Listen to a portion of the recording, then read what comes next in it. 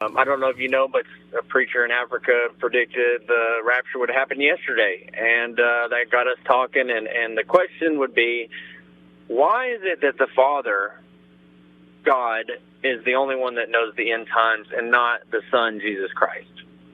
Well, I think the Son does know at this point, but I think in his humility, there was a lot of things that Jesus, in his kenosis, in Philippians chapter 2, was willing to lay aside the independent use of his divine attributes. And by that I mean, when he said, "Who touched me?" to the disciples, I think it was a genuine question.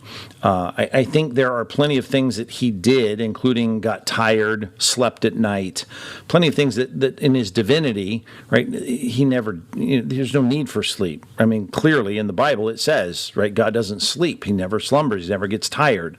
He certainly doesn't thirst. He doesn't need to eat. I mean, Psalm 50, he never gets hungry.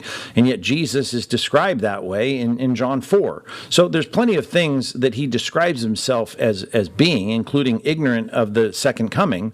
But after his glorification, which he says in John 17, he's going to return to that glorified state. I think soon as he was glorified, of course, all of that is now, it's a reset, game over. Of course he knows. So that's my answer to the question that he does know. I don't think he's ignorant of that now.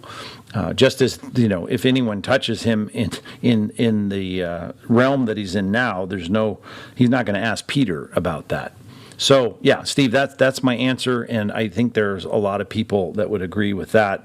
I mean, you'd probably find that in a lot of question and answer books from biblical scholars or theologians or pastors. So, but yeah, if these people would just stop creating these dates, setting dates, this is always a bad idea.